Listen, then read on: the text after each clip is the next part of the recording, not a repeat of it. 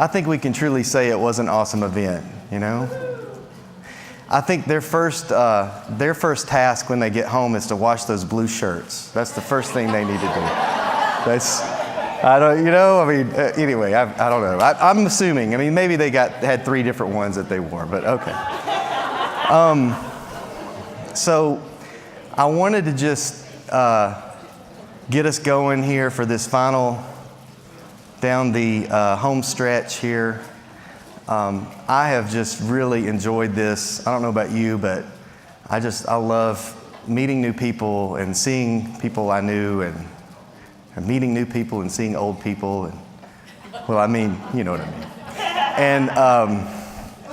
And I've just really enjoyed it. It's just been great. I've been trying to just absorb it and write down stuff to reflect on later and all that. And so I think the tracks, I was a little skeptical about how they did the tracks, but it ended up working out great because it just felt like there was this seamless transition between the groups and all that. If you guys are interested, can y'all still hear me? Okay, good, because I think a minute ago they could hear me downtown. Would you guys like to see a trick, though, just to kind of close off my part of the evening and the day? Okay, so this is considered the oldest trick in magic. In fact, it goes... Yeah. We had rehearsed. You were supposed to.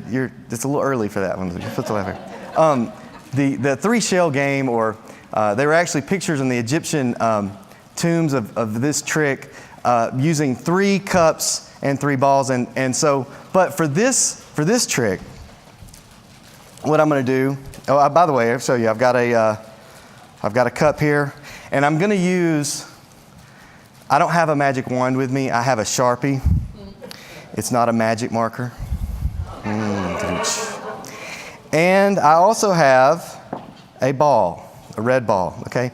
Now, it's easy. When you're with 3 cups and a ball, it's easier to kind of fool, you don't know where to look. But it's a little bit easier when you've got 1 cup and 1 ball. So here's the way this works.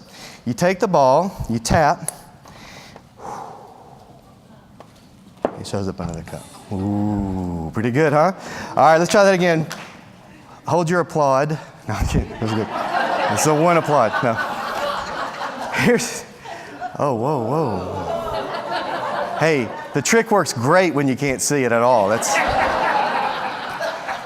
It's all within anyway, right? You just create your own reality of what this trick will be. Okay, so here's the way it works. You go, Don't ever try that at home, okay? Tap right here, and it shows up under the cup. Now, if you take the ball and you put it in the pocket, okay, and you tap, of course you can see it shows up again. Now, usually what happens by this point, some person connected with their common sense would think, well, he probably has 2, right? What was that? Of course I do. Oh. Take the ball and, actually, you know what? I do. But the thing is, they never catch this one because this is the one that's the happy ball. This is the happy ball. Now, sometimes people will catch this one, but they never catch the 8 ball. Where did that come from? Guys, thank you so much for joining. Okay. All right, at this time, to begin this process of sort of closing all the loops and tying everything together, I want to welcome back Jean Catherine Gray.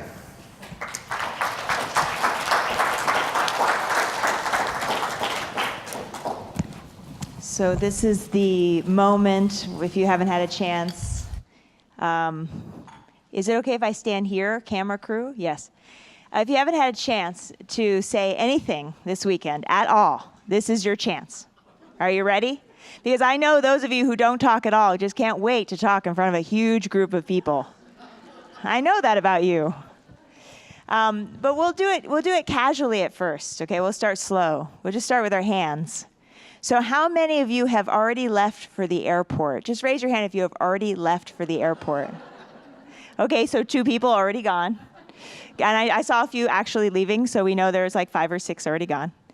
How many of you were surprised by the experience you had this weekend? It was surprising to you. Just raise your hand if you have a surprise experience. Oh, okay. That could be good or bad. That's what I love about that question. How many of you had something occur to you that never occurred to you before this weekend? Something fresh, something new, never occurred to you before. Wow. Wow.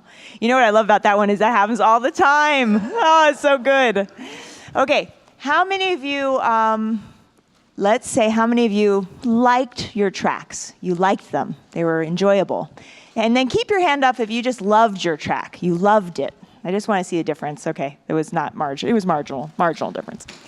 So this is our feedback mechanism, gives us a sense of whether we should ever do this again, really. How many of you would come to an event like this again? Event like this. Doesn't have to be the awesome event. Leaves me open. Good. So one of the things I want to hear is, I want to hear, a lot of you voted. I mean, you chose to raise your hand. So I'm wondering, what about this experience do you think you would want more of? Like, why would you come back? Right? What happened this weekend that you would want more? Dejan. I like everybody positive vibes. Ooh, the good feeling. It's the good feeling. So everybody's positive vibes. Actually, that's no small thing, right? How many of you have been to other conferences? Have you been to other conference events? Yeah. I've been to some. How many of them feel like this?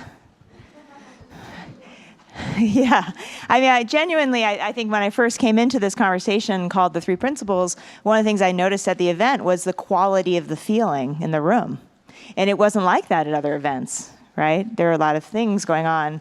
It was busy, and it didn't feel like that.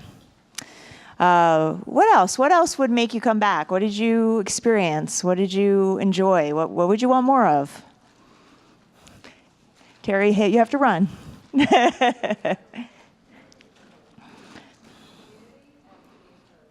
Community and being heard. So there was an intimacy to this event. How many of you experienced some intimacy at this event? That could be good or bad, right?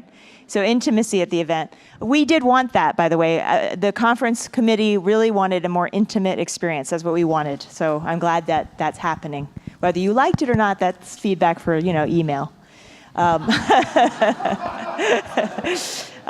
But we did really want that. We genuinely felt like you would hear or see something for yourself that would be yours, and then it would be easier to share that and think about that and reflect on that. Anybody have an experience like that you want to share, where you experienced or heard something new, surprising, different? Those are all the shy people. Of course. Of course I will say so. Thank you. I've been to many conferences. I've been to many not conferences. The group I was in will know what I'm talking about.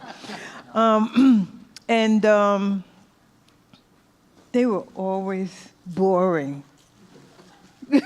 They were really boring. And I always had to take notes or to bring notes to present information. But I didn't bring one piece of written notes or conversation. To present. I just spoke from the heart. And that was absolutely awesome. Thank you. Thank you.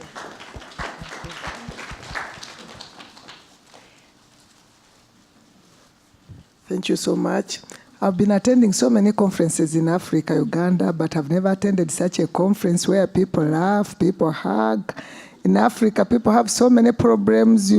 Somebody's teaching, somebody's just grooming, thinking, wow, where will I get money to feed the children? But this has been such a wonderful and learning conference. Thank you.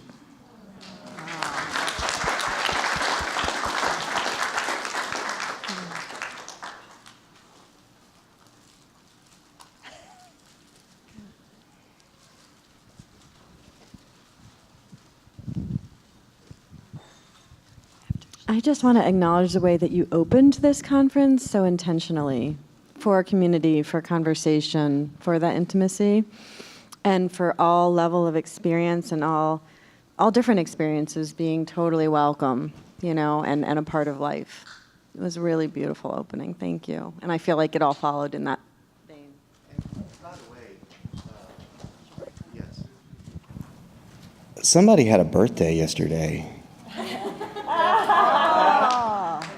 Somebody spent their birthday at this conference. So I think it would be nice real quick to sing happy birthday to Sharon. What do y'all think? I can't sing, so I'm not leading.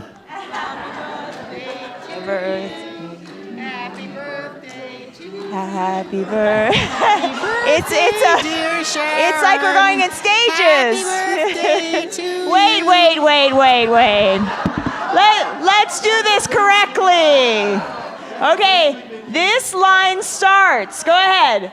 Happy birthday to you.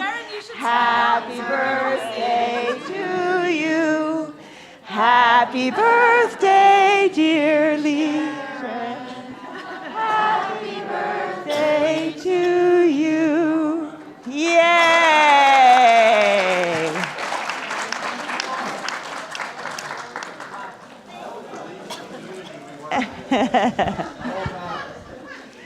We have another comment in the back of the room. Please say your name. Hi, my name is Srijana, and I'm from Nepal, living in Charlottesville for the past 1 year. I've kind of already shared this with my group, but I would like to share it with the other group. Please, yeah. I've been to many conferences, like you said, and most of those conferences teach us to think with our head, not with our heart.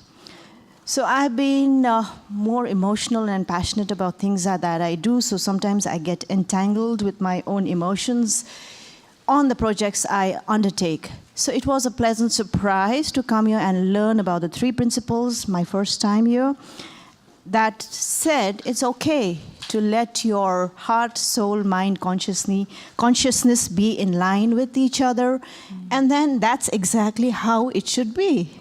Thank you, Judy, and all the wonderful speakers here. So I leave this conference feeling so much better that I'm not crazy. What I've been what I've been thinking and doing all this while the rest of the world thought like maybe I was bit too emotional, is actually the way to approach the issues that I wish to work for. Thank you. To the organizers as well.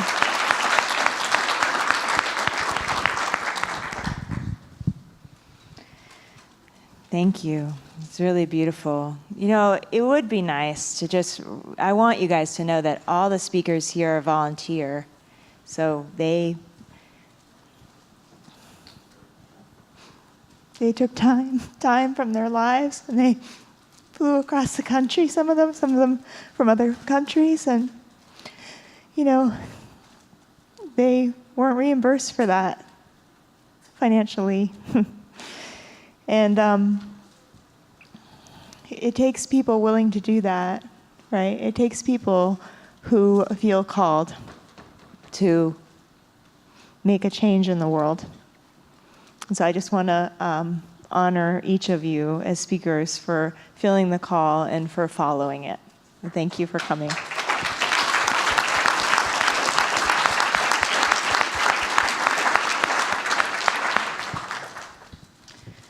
I feel particularly touched by this event because of what happened here in Charlottesville on August 12th.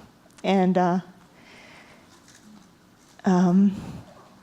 really feel like even though half the crowd is not necessarily from Charlottesville, right? We don't have a huge Charlottesville contingent. We have a small Charlottesville contingent. I feel like, I guess I believe, right? This is my way I think about it. It's like the world is made up of energy, and we're all expressions of that energy. And energy works in a different way than the material form. It works differently.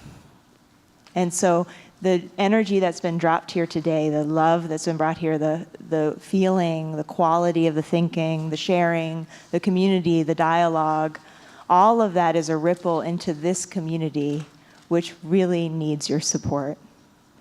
So I just want to thank you as a Charlottesville resident. Thank you for coming, everyone, and bringing that kind of quality to my community. Thank you.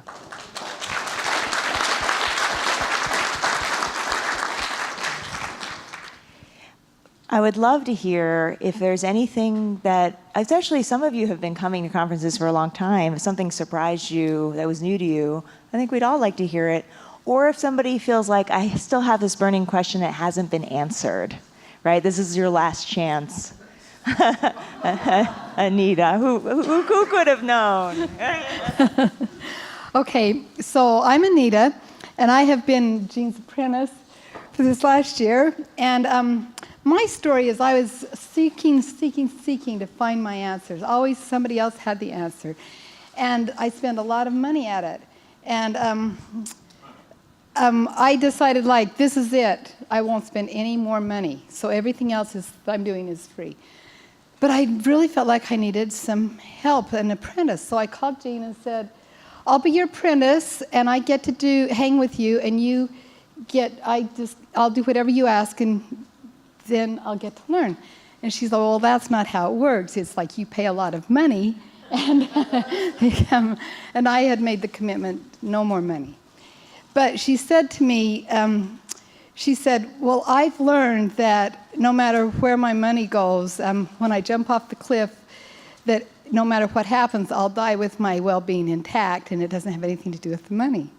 Well, that's basically what she's done for us this week, is jumped off the cliff, put herself financially on the line to bring this. And I've just seen her, it hasn't been easy, and she's done it, and she just has come all the way through. And I don't know that any of us really realize how much all of our experience hinges on this one person right here in front of us. And so,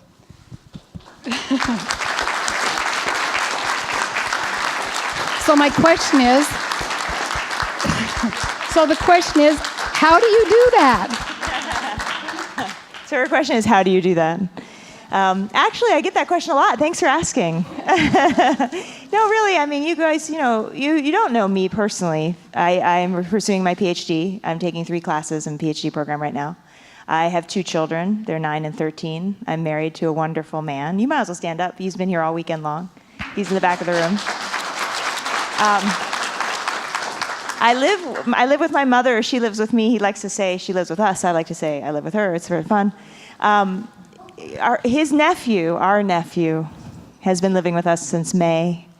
We don't live in a big house, you guys. I have 2 dogs, a cat, right? I have circumstances just like you have circumstances. And so the question that is always on people's minds when they see somebody accomplishing anything, I think, is like, well, how did they do that, right? Or why didn't I do that? Sometimes we ask ourselves, why didn't I do that? And I really think it comes back to what Dejan shared with us on Friday, was why not me? And that's always been my question too. It's like, well, why not me? I mean, not because I have some kind of extraordinary intelligence, not because I have some incredible way with words, not because I, like everybody in the world. I mean, there's not something special about me beyond my unique expression of me, right? Which is like us, just like all of us. But I got to thinking in my life, like, why not me? Why wouldn't I do that thing? What would hold me back? And the answer was always pretty material. Like, well, $20,000 of debt. Okay. Like, why not me? I can do that.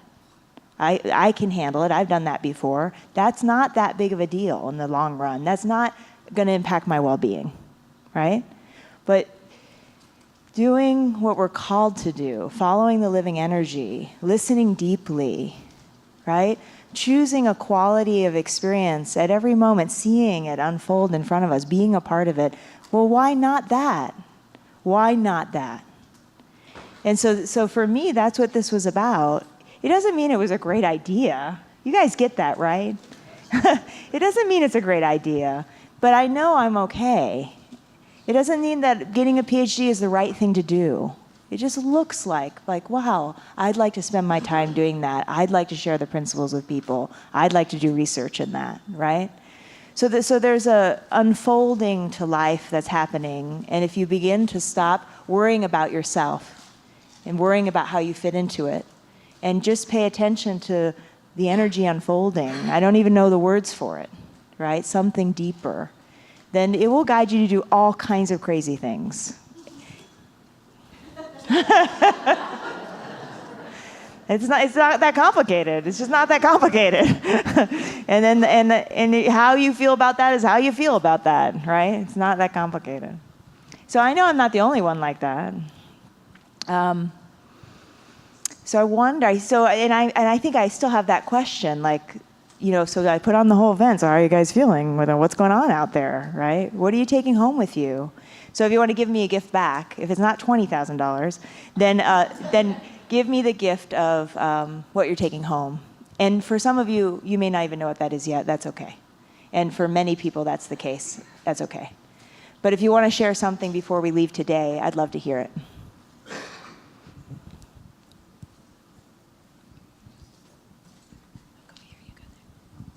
Use the mic. Hi, I'm Zeldy. I'm a student of Jeans. This has been extraordinary this weekend. Believe it or not, I've hardly been here. But I've learned so much because, like I shared before, I have a 2-month-old baby, and I have my 7-year-old with me as well. And then I had a friend that was supposed to come and help me. And I thought that was supposed to be the perfect solution. Now, she got a job, so she had to back out. And I'm thinking, okay. So I went on Facebook, and I just posted, I'm looking for somebody to help me with my baby, drive from New Jersey. Took us 8 hours, and I had a few people say they're interested. I told them about the program. And here I get this wonderful woman, Melissa, who I know, but not very, very well. And I think, and before that, I think I know everything. Like, Sarah, who was supposed to come with me, she's the perfect person to come with. Now, Melissa's an angel. I don't know where she comes from, but she's extraordinary. And my baby can be screeching, and she'll be fine, and and she's like, yeah, just go. I'll handle it. And I'm here until we got we just got here. And we didn't walk this time. We could have. But, I don't know everything. Before, the unknown is so rewarding. That's where the growth is. And that's the most powerful lesson I've learned coming here. Take your foot off the gas pedal. You don't know what you need to hear. You don't know when you need to be here. And I'm here now, and I'm so grateful. I have it's about 8 hours back. And if the baby screams and cries, he's going to be okay. And just being in the present moment is what I'm learning. I've learned so much without being here most of the time.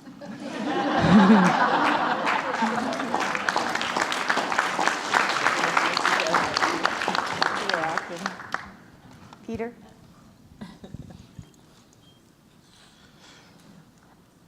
I don't really mean to be an attention getter. I don't mean to be an attention getter.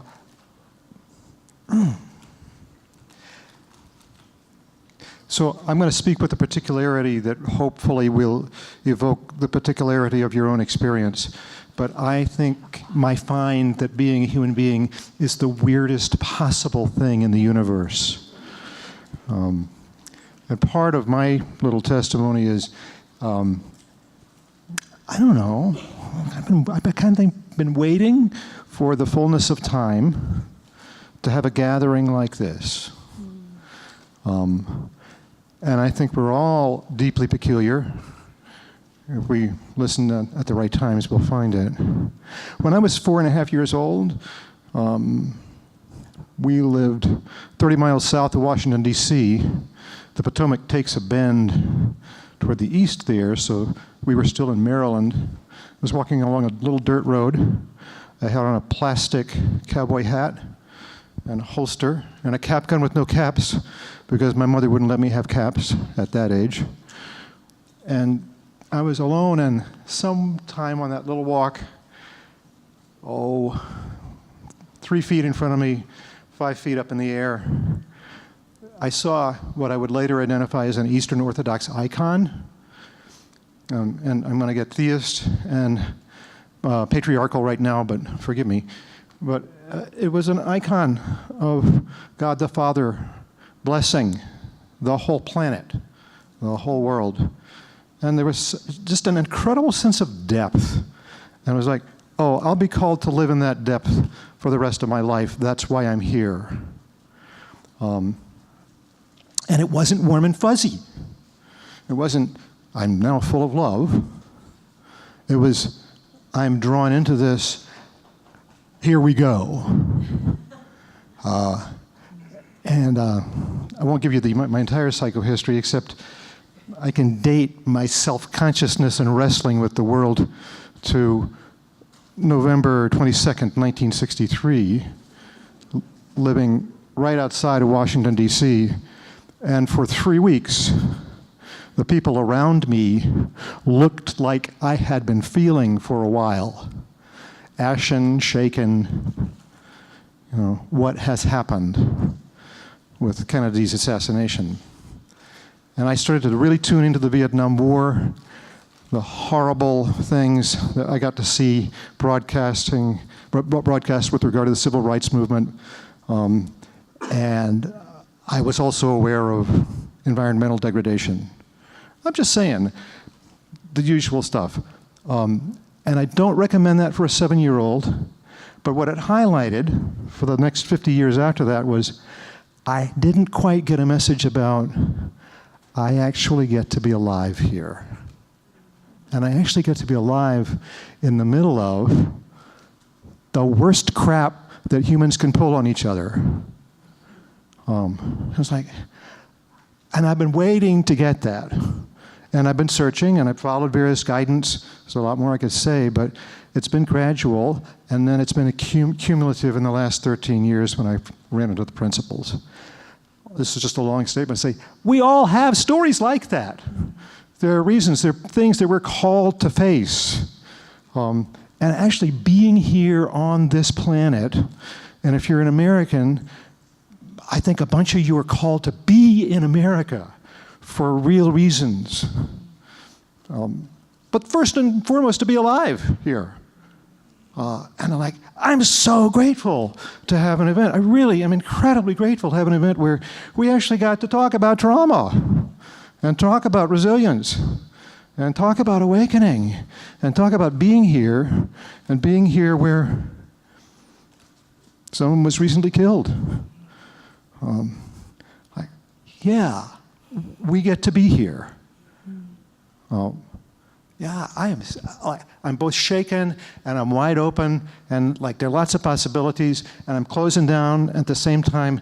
Damn it, I'm going to open back up. Yeah. Thank you, So Peter. thanks. Thank you.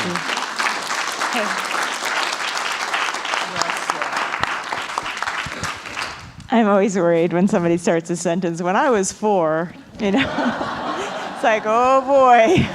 And there's a timeline. I'm like, oh no. But that was quite beautiful. Thank you.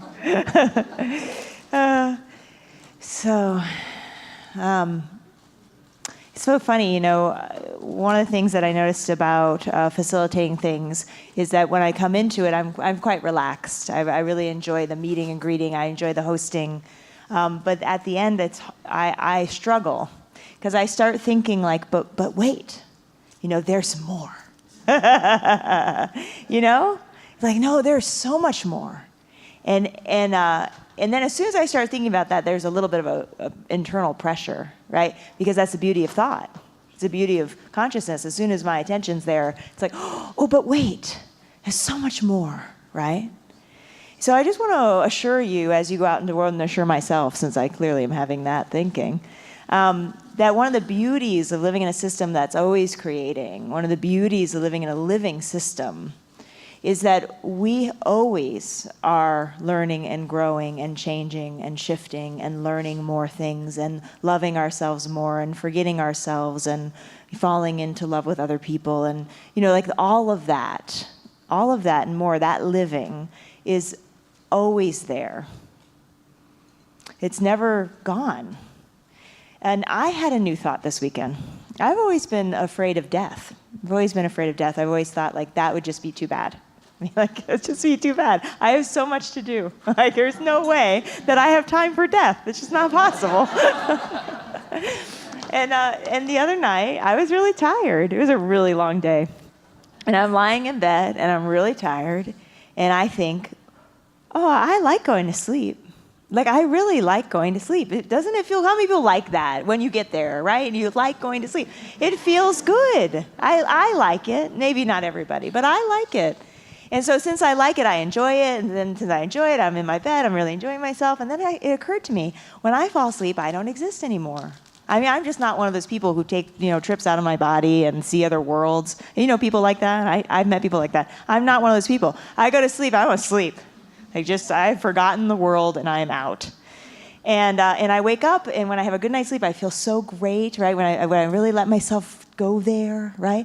Now, never when I was going to sleep was I like, oh no, I'm not going to be here. Do you know what I mean? This kills me. This is a totally new thought for me, It's like, wow, I never ever have gone to sleep like, oh no, that would be terrible. When I'm sleeping, I'm not here. So this is the beauty of insight, right? The beauty of insight is it changes my whole relationship with death. Not because I've had not because I've seen the other side, not because I've gone through the tunnel or anything like that. I didn't see the light, not because I have a personal relationship with the other side, but genuinely because I saw that the way I thought about death was as if it was somehow different than going to sleep. And for one moment, it looked like, wow, maybe it's not that different. Maybe at the moment of my death, I'm like, oh, great. Can't wait to relax. You know what I mean? Like, I can't wait to let go of this thing I'm doing and do this other thing. I can't wait to forget myself. It's just I just never thought about it that way. Cool, right? Cool. So then, there's this follow-up that we're going to be doing. So all the tracks get follow-up. I don't know how many of you know that. How many of you know you get follow-up? Oh, good, they talked to you about that. So what will happen is you have some kind of insight like that, and it could be very small. And then as you're going through your life, you're rubbing up against things. And so I'm going to rub up against fear of death again in the next 3 weeks. I'm going to rub up again. And I rub up against it, and I'm going to be like, oh, yeah, there's that fear of death thing. Oh, yeah. Oh, it's kind of like going to sleep. Like, I'm going to have this different experience of it just because I'm thinking about it differently. It's just the nature of thought. And then eventually what will happen is I will forget to be afraid of death. I mean, that's what's going to happen. I know that's what happens. I'm thinking about it differently, and it just begins to drop away. That thinking drops away. And it's not like there isn't other thinking, because I'm a thinker. I'm a creator of thought, right? It's coming through all the time. But it's going to drop away. And so what happens in the next 3 weeks is that you begin to rub up against life, and you don't see your behaviors change right away, but you see that you're thinking about things a little differently. And you're curious about that, and you wonder what that is, and it feels a little different. And then you come back and you share on your webinar what you're seeing that's different, and what feels different, and how things are different, but you're still the same, and that's really weird, and is that normal, right?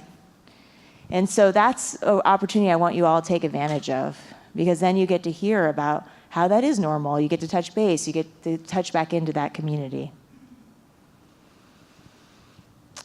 So look for those emails. The last thing I want to say, I feel like there might be more, but I think we're all cooked too, You know how you put the meat on the grill? We talked about the coffee beans. There's also this meat analogy. I'm a vegan, but it works for me anyway. Apparently, when you cook the meat, if you take it off too late, it will keep cooking, and then it will be totally burnt. Has anybody eaten meat like that? I'm just curious. Have you eaten meat that was burnt? Oh, yeah, it's not very pleasant, I take it, yeah. So that's something to do with letting things be in the space, letting things sit, right?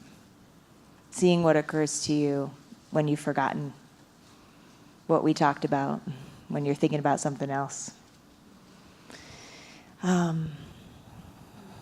Yeah.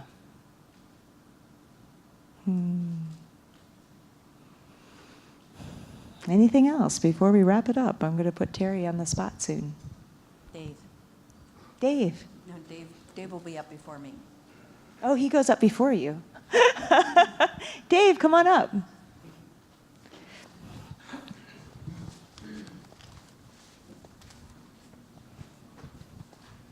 So I'll just say one last thing. Just that it's, Dave and I, as we said at the beginning, we didn't always get along. But I think that, that's the beautiful thing about working with somebody who understands the principles, right? So we could go through that, and we could reach out to each other and even talk about it. We could get settled down about it. We could see how we were thinking or feeling about it. And we could be real with each other. Yeah, and I really appreciated that. So thank you for that. And I want you guys to know if you want to touch base with me at Divine Play, I'm here in Charlottesville, Virginia. And every Monday at noon, I do a podcast. It's live. You're welcome to come to my office. So feel free to come to Divine Play, reach out to me, divineplay.com, or buy a mug or a t-shirt at the table outside when you're leaving.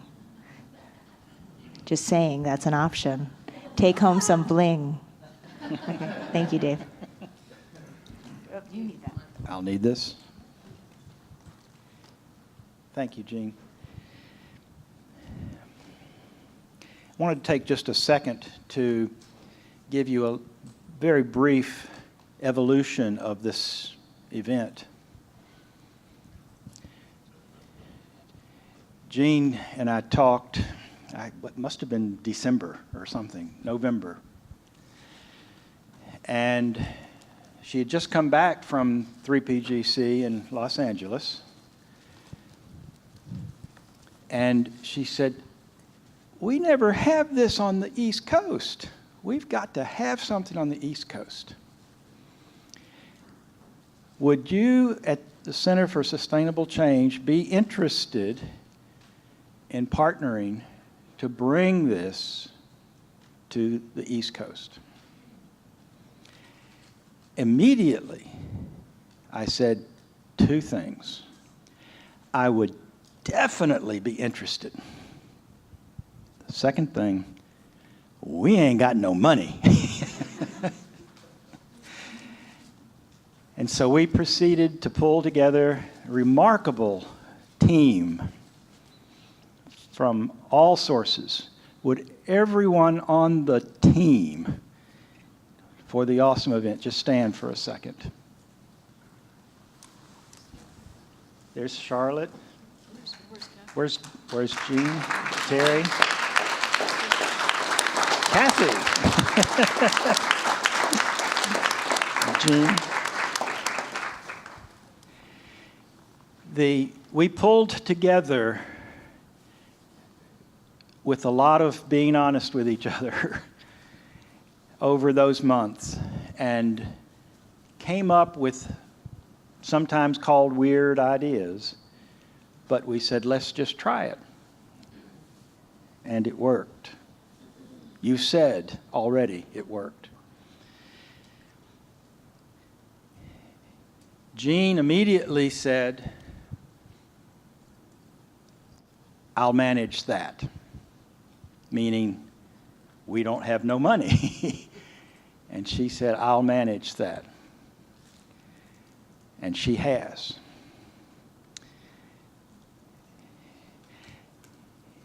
In my world, everyone lives for everyone else.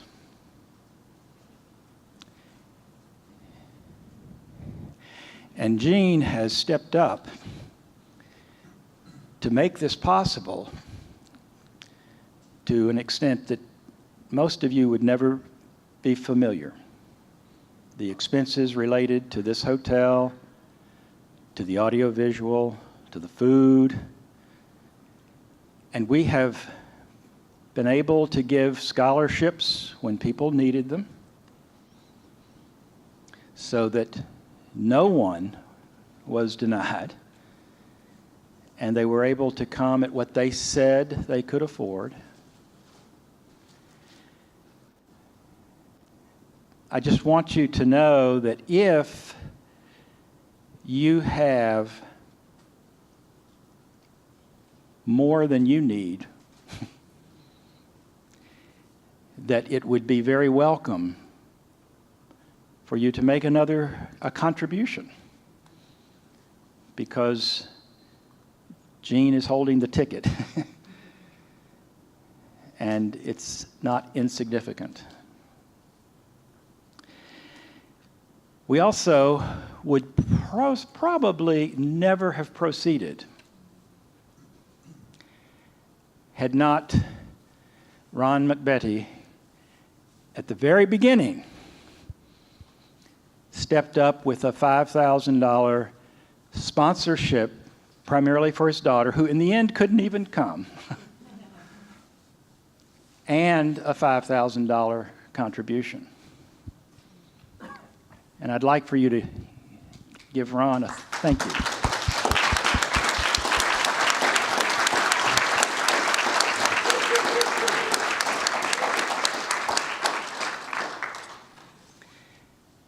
We had another sponsor, Three Principles, New England. So those from New England, please stand. There she is. Yes.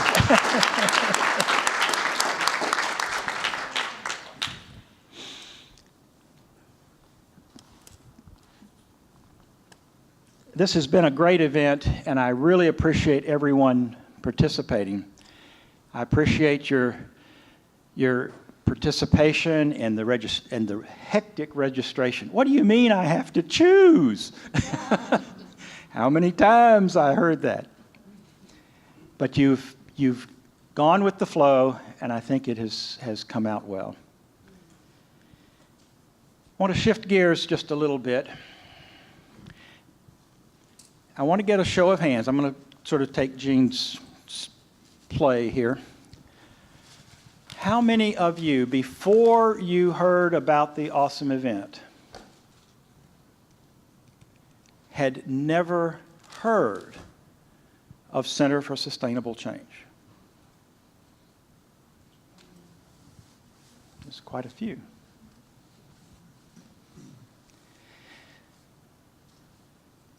The Center for Sustainable Change is Sid Banks, and the gift that he's given us of the awesome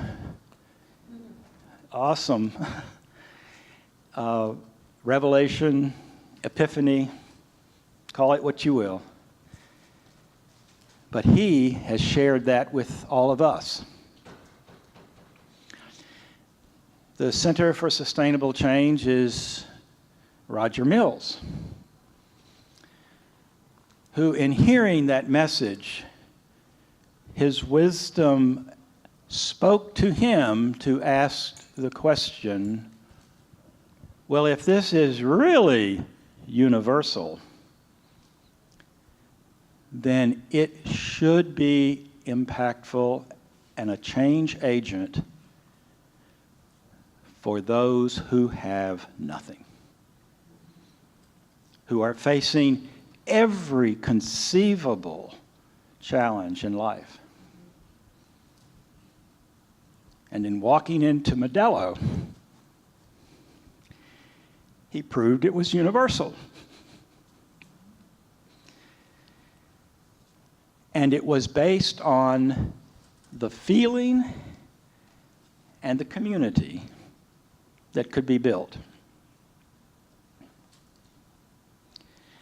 The Center for Sustainable Change is Amy Mills Naeem. Amy, which side are you on?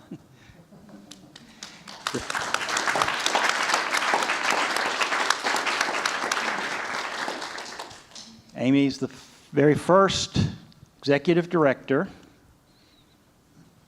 and she, in the later years, partnered with Gabriela Maldonado to lead the organization and evolved a program called the National Community Resilience Project, which had major projects funded by the Kellogg Foundation, and which is the project that came to my town and was able to make significant change. The Center for Sustainable Change is also a lot of folks in this room.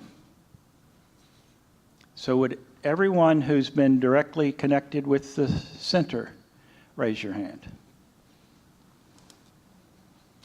Well, there's more that know about us than didn't know about us.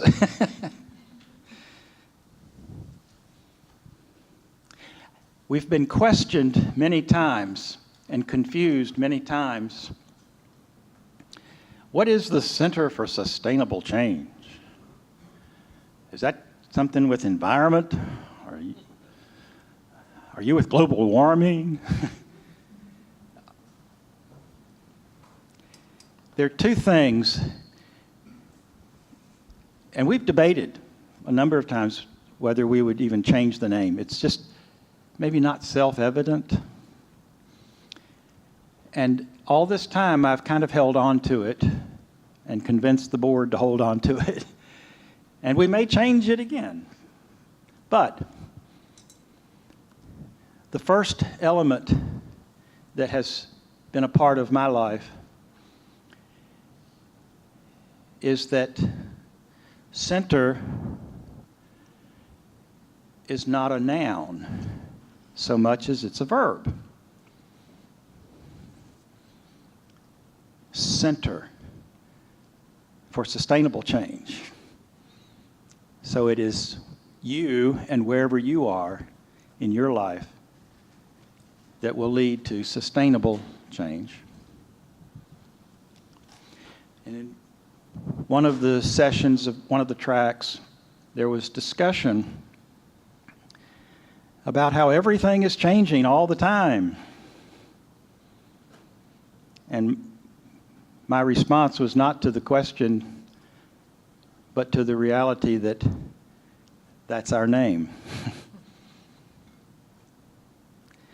That we are about finding that change within each of us, that change within the community, change within society, change within the world.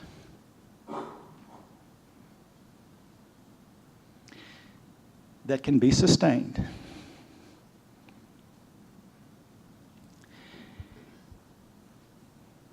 And change continues to happen. After Roger's passing and Amy and Gabriella felt the call to be full-time on the front lines, I was asked to take leadership of the center. The first idea was the office was in Palo Alto, and just one quick look at the books told me that they couldn't afford for me to live in Palo Alto. So we moved it to another city, to Charlotte, where my wife and I, where Chini and I live. And we've managed to pull together in the last 5.5 years an incredibly diverse and powerful team that has brought us to another point, a point where we can take another step. And so it's today we're first announcing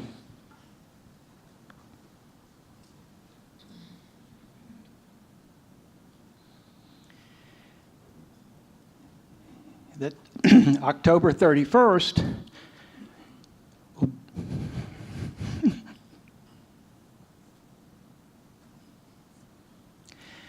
will be my last day as the director. But I'm not leaving because I get a new title. Goodwill Ambassador.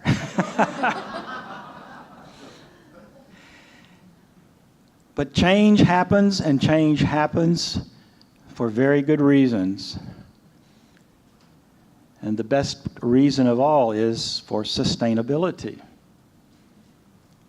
And so I'm also announcing today that November 1st, Terry Alamo will be our new executive director.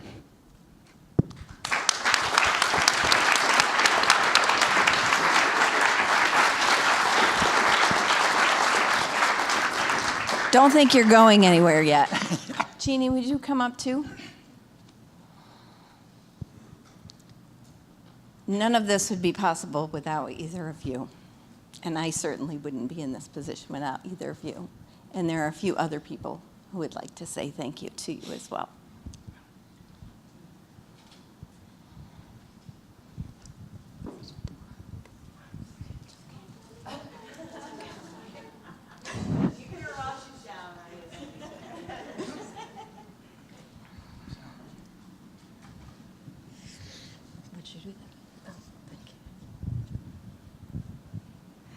Hi, I'm Sandy. Can you see that? Is it hidden yet? Sandy. I'm Sandy Johnson. I chair the board of directors of the Center for Sustainable Change. I live in Charlotte, and I've worked with Dave since about 2005 and with Chima, his wife, when Dave was involved in the Lakewood neighborhood of Charlotte and as executive director of the Lakewood Community Development Corporation. And it's been my pleasure to have spent 12 years working with them.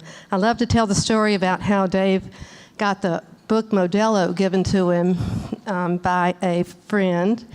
The community development corporations in the United States generally look after streets and curbs and parks and housing and street lights and traffic and maybe a little bit on crime, some interface with the police department.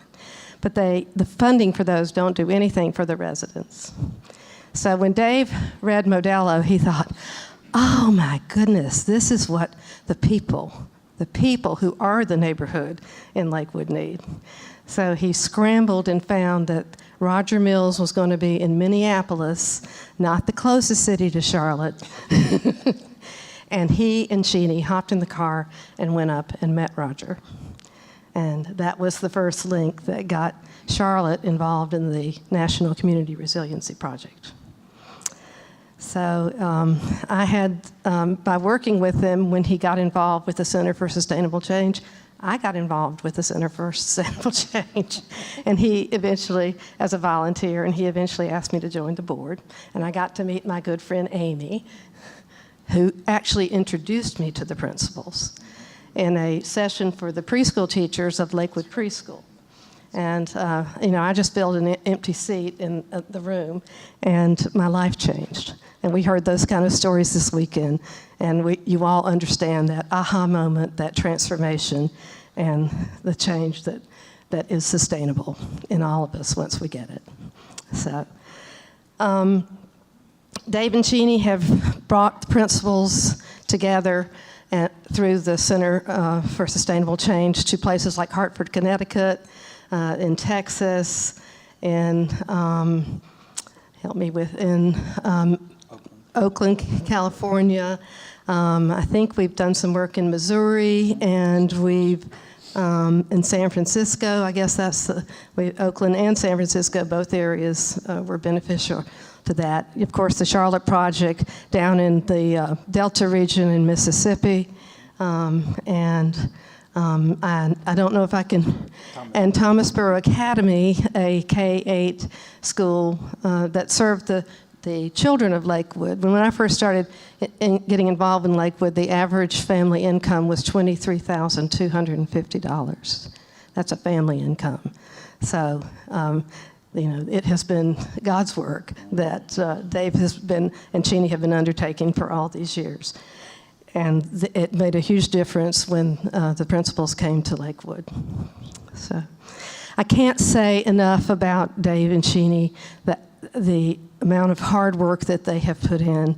the countless hours, even of donated time that they have put in.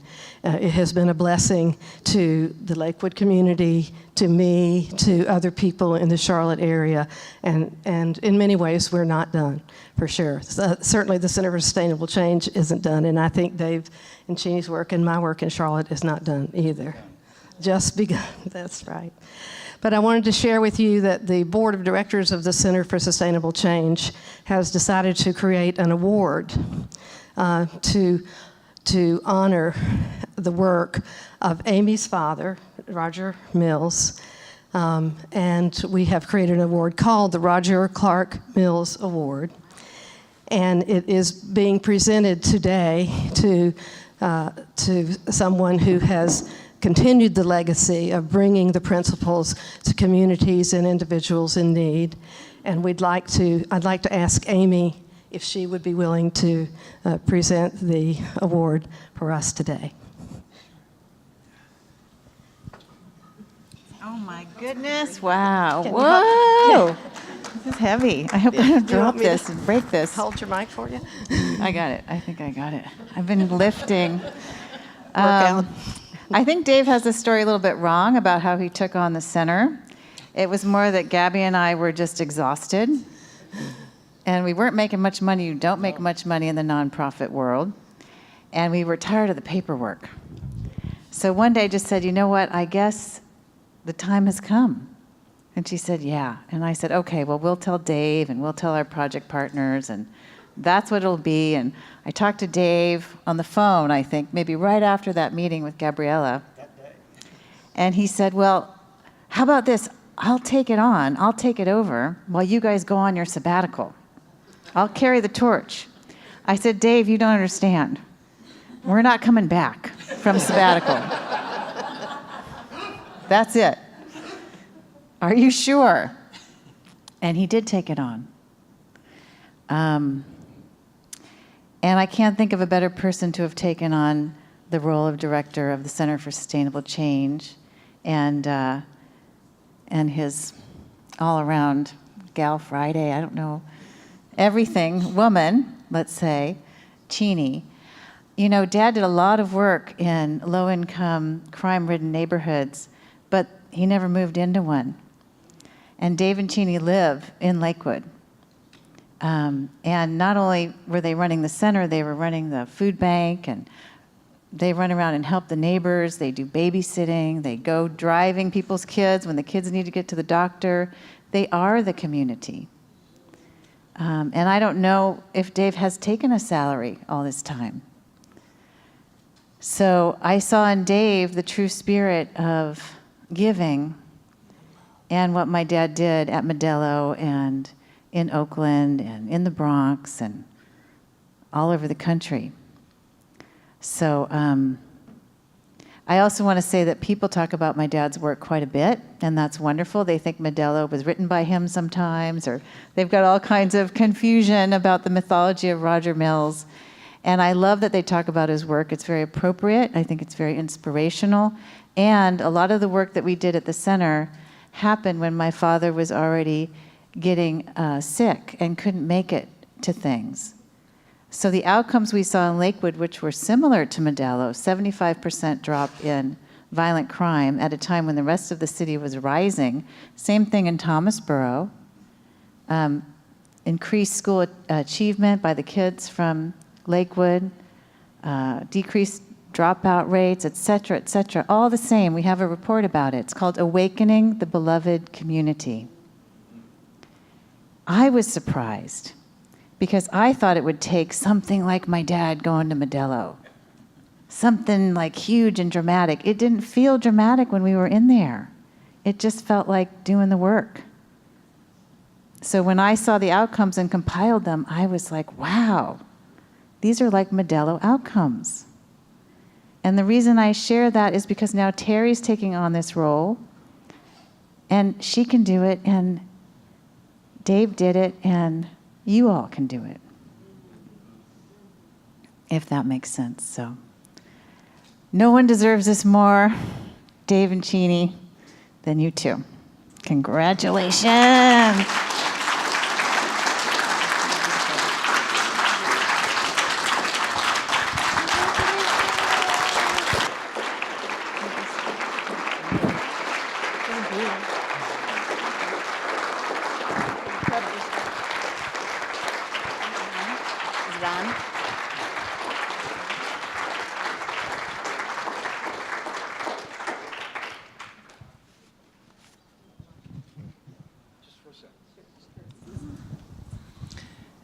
Thank you. I just want everyone to remember community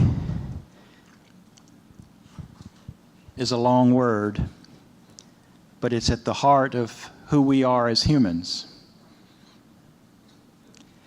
And if we go through each day and remember the common unity that we have with every other person, it will be a better world. Thank you. Thank you, guys.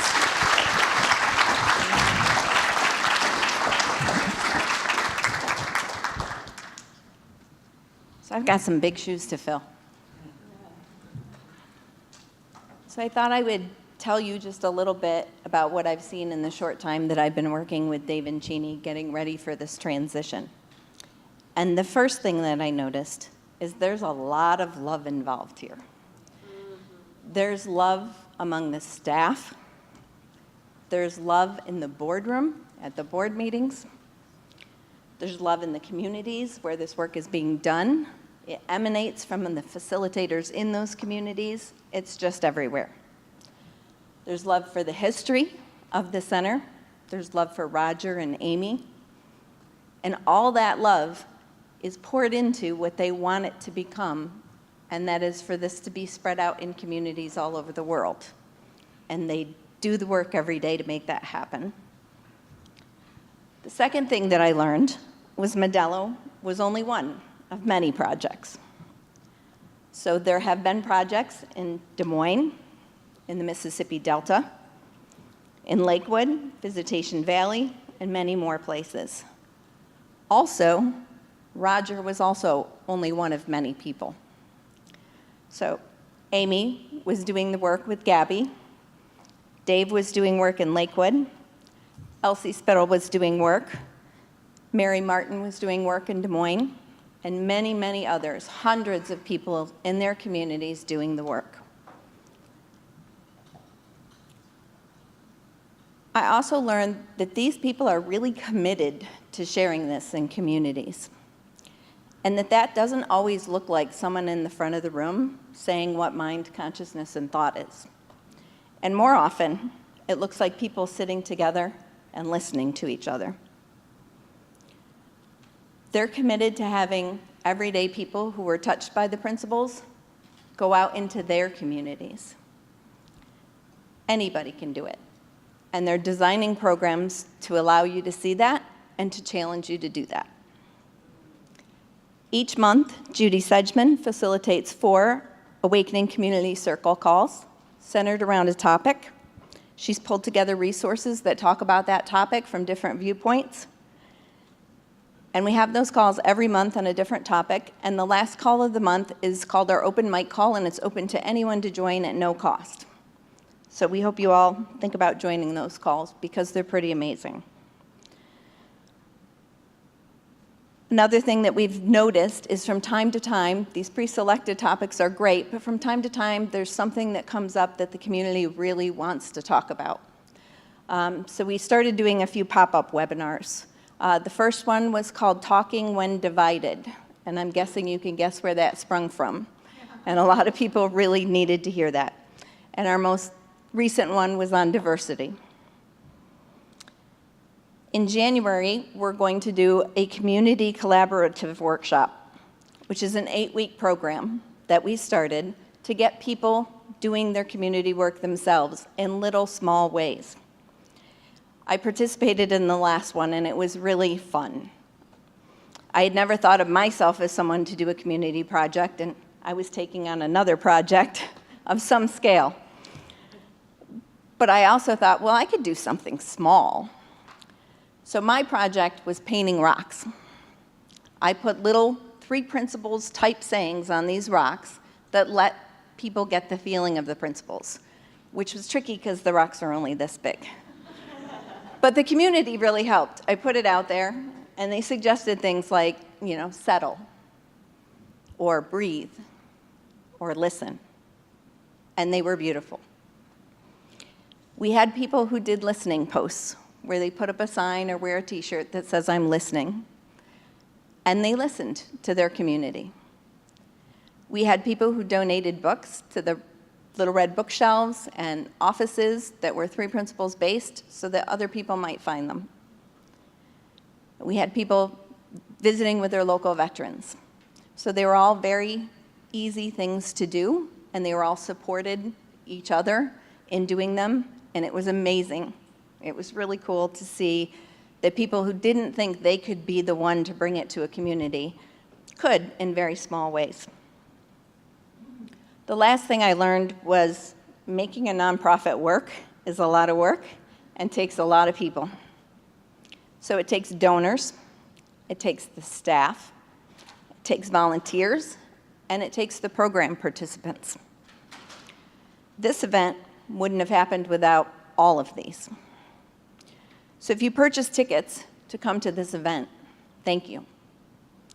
And if you paid a little extra donation so that we could provide scholarships to people, thank you. And if you wrote in and said, "I really want to come, do you have a scholarship?" Thank you.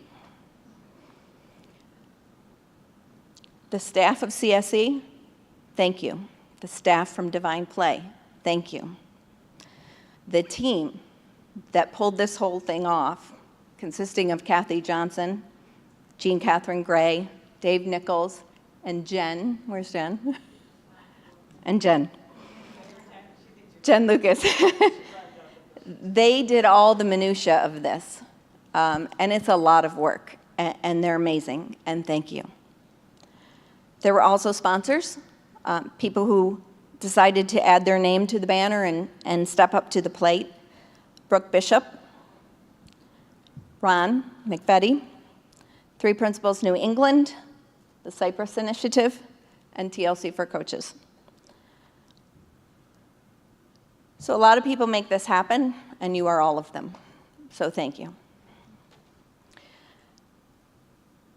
Some technical kind of cleanup things, just so you know. You're going to get some emails, and you're going to be given access to the recordings for the tracks that you attended.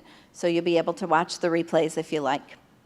We also have a Facebook group, so you'll be able to share your insights that come on the way home or wherever they may happen to pop up, and feel free to continue the conversation there. We are doing another community collaborative workshop in January, so if you have the little itch niggle to do something in your community and you don't know how to start, we can come up with fun ideas to kind of introduce it. And if you don't think you can do it, if I can do it, anybody can do it. So look forward to all of those things.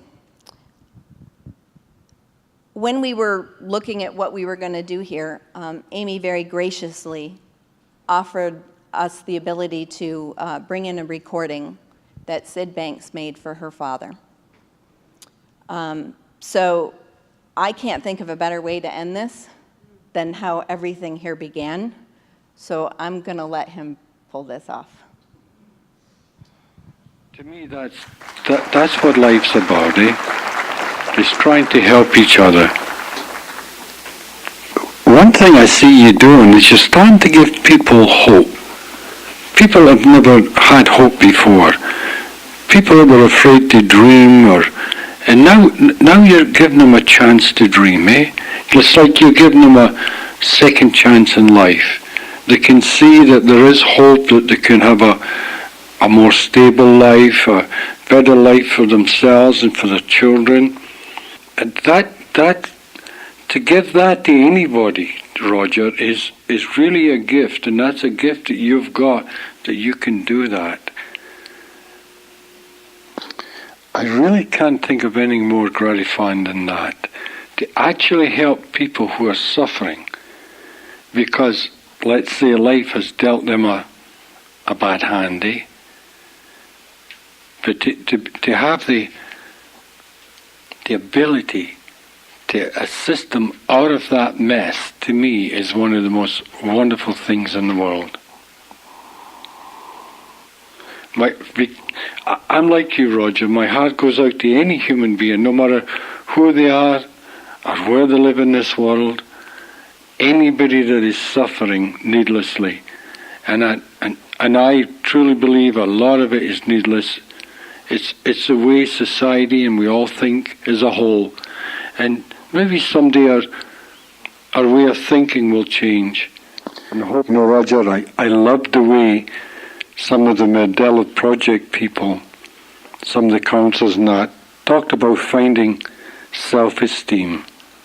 And that's really an incredible thing to find, is self-esteem. And as you know, self-esteem isn't taken from the past. It's got nothing to do with the past. It doesn't matter what you've been, who you've been, what you've done. Self-esteem has no guilt. Self-esteem is saying to yourself, now, I like what I see now. It's now is the important thing, because whatever we've done in the past, that's all mistakes. It's what we are now. That's the important thing. And that's where you find self-esteem, when you realize you're just as good as anybody else.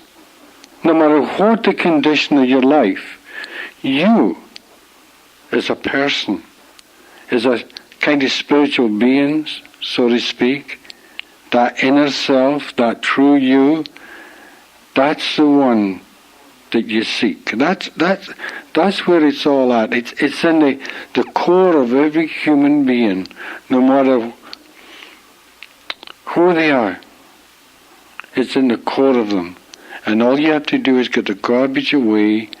You find your own inner wisdom. Your own inner wisdom tells you how to get out of this mess, this rotten hand that you've been dealt all your life. You take a new hand, because you're learning how to play the game. You're learning that the intelligence you're looking for, the wisdom, the love, the understanding that you're looking for is inside yourself all the time. When you start to see this, you see with love, you see with understanding, you see with contentment. With this comes, this is what you call wisdom. And wisdom is your own intelligence that has not been contaminated. You see, all of us, I don't care who it is, if you've lived at all, you're contaminated. All of us have gone through trials and tribulations in life, and quite often we think there's no way out of this because I'm absolutely poor. I've been born into the so-called wrong family. I've been born illegitimate. I've been born on a different color from my neighbor or whatever. Truly, honestly, going into that is not the answer. The answer is to find that self-righteousness that's inside yourself. You're right. It's a right. You demand it. It's yours. And you can't say to society, I demand it. You look in the mirror and you say, it's there. Then from then on, you just go ahead and you live your life with that feeling, and that is the feeling that will take you through life. It has to be a positive feeling. If you've got animosity or hate or too much desire in your mind, you'll never be content, because contentment is a mind that is satisfied. Now, some people, they need $1 million to be satisfied. Some need $10 million to be satisfied. Some need $10 and a place to sleep to find satisfaction. So that it is not the money that will bring satisfaction. It is not the conditions. It is your thoughts, how you think. And that is the beauty of what I see about what you're talking about, Roger, is you're bringing all these beautiful assets, if you want to call them, that people have deep in their own inner consciousness.